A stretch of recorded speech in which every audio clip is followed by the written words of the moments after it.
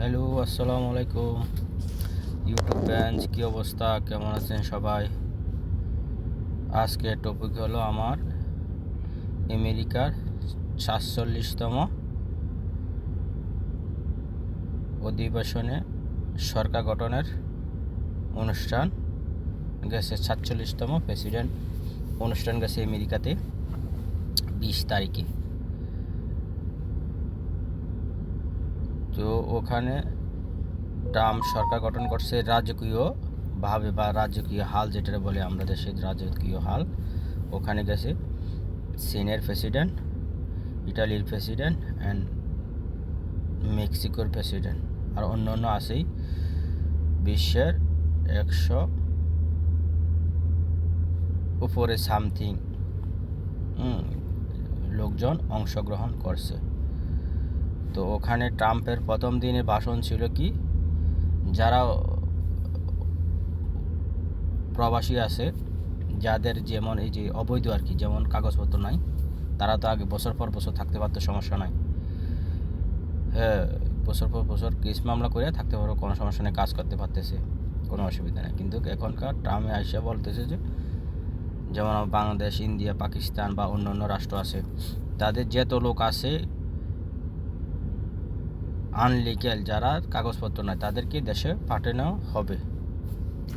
ট্রাম্পের প্রথম ভাষ্য হয়েছে এটা, দেশে পাঠিয়ে দিবে। কারণ বেশি অধিবাসী, অবৈধ বৈধ সব মিলে অনেক অধিবাসী হয়, এই জন্য অবৈধ অধিবাসীকে রাখবে না আমেরিকাতে। আর ট্রাম্পে প্রথম দিনে যোগ দিয়ে ১০০টা ফাইলে সিগনেচার করছে একটানা। বেশির প্রথম উদ্দেশ্যই ছিল অবৈধ অধিবাসীকে দেশ ছাড়া করবে, ঠিক আছে। আর ট্রাম্প সরকার থাকাকালীন কোনো দেশে যুদ্ধ করার চিন্তাভাবনা তার নাই, যুদ্ধ করবে না, কিন্তু আমেরিকারে শক্তিশালী করবে। শক্তিশালী বলতে কি,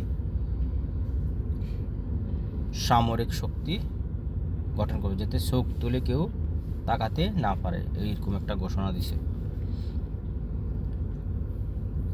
আর হলো, আর যেসব দেশের যুদ্ধ আছে, যুদ্ধ বন্ধ করার জন্য চেষ্টা করবে ট্রাম্প, এই কথা বলছে। কেন, সেই তো বিশ্বের দুনিয়ার, মানে পুরো দুনিয়া, পুরো বিশ্বের প্রধান এখন আমেরিকা। আমেরিকা যেটা বলে ওইটাই হয়। এরপর যাদের শক্তি আছে তাদেরকে আমেরিকা কিছু করতে পারে না, কারণ শক্তি আছে, তো এই জন্য শক্তির সাথে আমেরিকা যায় না বেশি লড়াই করতে। যেমন রাশিয়া আর ইউক্রেন, রাশিয়ার তো অনেক চেষ্টা করছে আমেরিকা, জো বাইডেনে রাশিয়ারে হাঁটানোর জন্য বা রাশিয়ারে ঠকানোর জন্য, জেলেন্সকির হইয়া, ইউক্রেনের হইয়া, কিন্তু ইউক্রেন তো শেষ পর্যন্ত টিকতে পারে নাই, ব্যর্থ হয়েছে। রাশিয়া, কেন, রাশিয়ার কাছে মাল আছে দিকে রাশিয়া টিকে আছে, আমেরিকা সাপোর্ট পাইছে ইউক্রেনে, তারপরও রাশিয়ারে কিছু করতে পারে না। কিন্তু রাশিয়া মাল ছিল বিধানে মজবুত ছিল, তারপরে কিছু সাপোর্ট পাইছে ইরানের থেকে। এটা প্রকাশ্যে না বলে ভিতরে ভিতরে অবশ্য পাইছে। তো ইরানেরও আছে দেখে দিয়েছে। আর এই জন্যে ট্রাম্প ক্ষমতা আসার আগে ইরানে আর রাশিয়া 20 বছরের সামরিক শক্তি বা 20 বছরের সামরিক চুক্তিপত্র হয়ে গেছে, যাতে ইরানকে কেউ আক্রমণ করলে রাশিয়া ডাইরেক্ট সরাসরি ওখানে হস্তক্ষেপ করবে, এই ধরনের একটা চুক্তিপত্র হয়েছে। থ্যাংক ইউ ভেরি মাচ, আসসালামু আলাইকুম আবারও। আর যারা আমার ভিডিও দেখবেন, ইনশাল্লাহ প্লিজ সাবস্ক্রাইব করে দিবেন, লাইক করে দিবেন, শেয়ার করে দিবেন, যাতে অন্যরাও দেখতে পায়, উপকৃত হয়। আর ইনশাল্লাহ কেউ সাবস্ক্রাইব করলে একটু ধৈর্য ধরবেন, ইনশাল্লাহ সময় পেলে আবার ইনশাল্লাহ হবে, নি ব্যাক দেওয়া হবে, কোনো সমস্যা নাই। কিন্তু এমন না যে আমি সাবস্ক্রাইব করছি, আমার সাবস্ক্রাইব করে না, আমি অধৈর্য হয়ে তাদের সাবস্ক্রাইব উঠাই নিলাম, এরকম যেন না হয়। থ্যাংক ইউ ভেরি মাচ, আসসালামু আলাইকুম আবারও। ভালো থাকবেন সবাই, সুস্থ থাকবেন, ভিডিও সাবস্ক্রাইব করে দিবেন।